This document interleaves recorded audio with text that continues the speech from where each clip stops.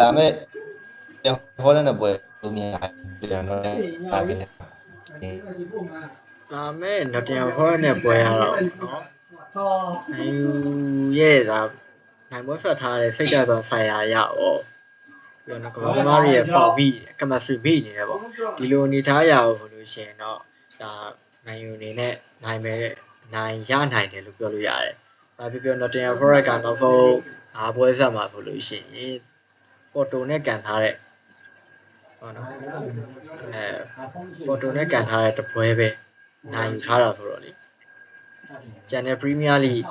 နောက်ဆုံးပွဲဆက်တွေအကုန်လုံးရှုံးထားတာတောက်လျှောက်ရှုံးထားတယ်ဆိုတာဖြစ်တဲ့အတွက် Manchester United အနေနဲ့တော့ဒါနိုင်ရနိုင်တယ်လို့ခံစားရပါတယ်နိုင်ဝက်ဆက်အောင်ပါဗောနိုင်ဝက်ဆက်၄ပွဲဆက်ပေါ့၄ပွဲဆက်နိုင်ပွဲဆက်ရလိမ့်မယ်ဆက်လိမ့်မယ်လို့ထင်ပါတယ်ရအောင်ဟုတ်လားလိုပဲ Nottingham Forest အိမ်ကွင်းပဲဆိုပေါ့နော်သူအိမ်ကွင်းအသာချက်တော့ရှိတာပေါ့အိမ်ကွင်းအသာချက်ရှိတယ်ဆိုပေမဲ့သူတို့ရဲ့ဒါ data ဘိုင်းပဲအချက်လက်တွေရနှိုင်းယှဉ်ရမယ်ဆိုလို့ရှိရင်တော့ဒါ Manchester United အနေနဲ့ပို့ပြီးတော့အသာတယ်ပေါ့ရများသောအဖြစ်ပေါ့နော် data ဘိုင်းဆိုင်ရာရတော့အသာချက်တွေအများကြီးရှိတယ်လို့ထင်ပါတယ်အဲ့ဒီကြရင်တော့ ADO Anderson လေးတော့ကြည့်ရမှာဟုတ်လားElliot Anderson လေးကိုလည်းကြည့်ရမှာပေါ့နော်ပြောတာပြောမယ်ဆိုလို့ရှိရင် Nottingham Forest ဆိုတာလည်းပြီးခဲ့တဲ့ယာတီတော့ဆိုလို့ရှိရင်ဒါတကယ်ကောင်းခဲ့တဲ့အသင်းပါပဲတကယ်ကောင်းခဲ့တဲ့အသင်းပါပဲဘာပြောဒါသူတို့ရဲ့နီးပြပြောင်းလဲကြောင်းပေါ့နော်ကစားပွဲရနဲ့ဒီယာတီစမှာပြန်ပြီးတော့ဒုက္ခရောက်သွားလဲဆိုရင်ဘာပြောပြီးခဲ့တဲ့နှစ်လူစရင်အတိုင်းလည်းဖြစ်နေသေးတာပေါ့သူတို့ကလမ်းကြောင်းမှန်ပေါ်ပြန်ရောက်လာလို့ရှိရင်ဒါ Nottingham Forest ကလည်းကောင်းကောင်းဒုက္ခပေးနိုင်တဲ့အသင်းလို့ပြောလို့ရတယ်လေအဲ့တော့လောလောဆယ်အနေထားရဆိုလို့ရှိရင်တော့ဒါ Manchester United ကဒီလာမယ့်စနေပွဲကိုတော့အနိုင်ယူလိမ့်မယ်လို့နိုင်ရနိုင်လိမ့်မယ်၃မှတ်ကိုရအောင်ယူနိုင်လိမ့်မယ်လို့ပဲထင်ပါတယ်စနေနေ့ညကင်မယ် Nottingham Forest နဲ့ပွဲကိုဖောအနေနဲ့ဘယ်လိုမျိုးထင်လဲ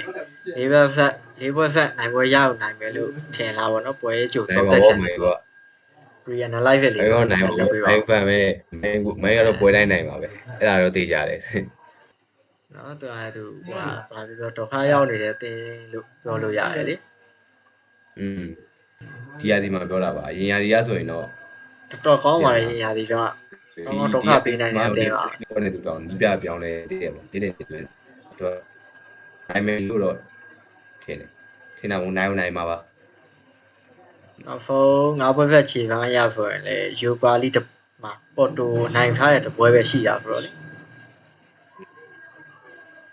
သူရဲ့ခြေပန်းပိုင်းကတော်တော်လေးကိုဟောနော်ပုံမှန်ဆိုတာထက်ကိုတော်တော်လေးဟိုအောက်ကိုရောက်နေတယ်လို့ထင်တယ်ပုံမှန်ပြနိုင်တဲ့ခြေပန်းတော့တော်တော်လေးကျဆင်းနေတာဒီလိုအနေထားမျိုးမှာဆိုရင်တော့ဒါမန်ယူကဟိုနေ့ပွဲတော့လေနိုင်ရနိုင်ပွဲတော့လေသူပင်နယ်တီရင်ဆုံးရလို့ပါကိုပြတ်သူစီပြတ်တာပင်နယ်တီကမြိုင်လေးတေးနဲ့ပြီးတော့အောင်ပါ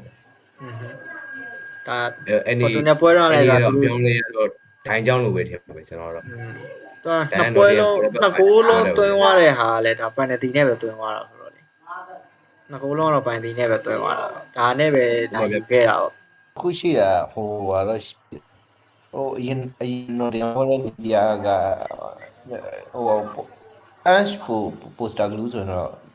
ပြဿနာမရှိဘူးAngeကကြတော့တိုက်ဖွင့်တော့လက်ထက်မှာအဲ့ Nottingham Forest ကနည်းနည်းဟိုဘယ်လိုပြောမလဲကစားပုံရနည်းနည်း shaky ဖြစ်သွားတာပေါ့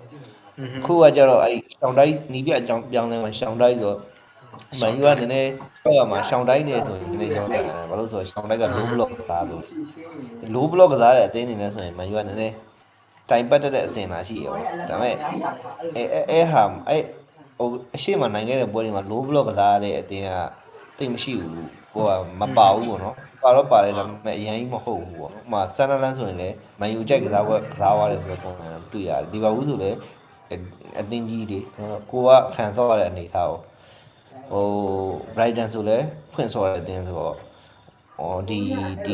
ဟိုက Nottingham Forest နဲ့ပွဲမှာဘယ်လိုလာမလဲဆိုတော့စိတ်ဝင်စားဖို့ကောင်းတာဘာလို့ low block ဖြစ်နေလို့ဆိုလေ low block ဆိုရင်လည်းကျွန်တော်တို့ကကြောင်ပြောက်တယ်ဆိုတော့ဒါပေမဲ့လို့တော့ယုံကြည်ပါတယ်နိုင်တော့နိုင်ပါမယ်လို့တော့ယုံကြည်ပါတယ်ဖြစ်နိုင်လို့တော့မရဘူးဟုတ်တယ်မလားဒီပွဲဆက်နိုင်လေးကိုနည်းနည်းခံစားကျွန်တော်ပြောသလိုပဲ ပြီထိမ့်သိမ်းထား ဒီတော့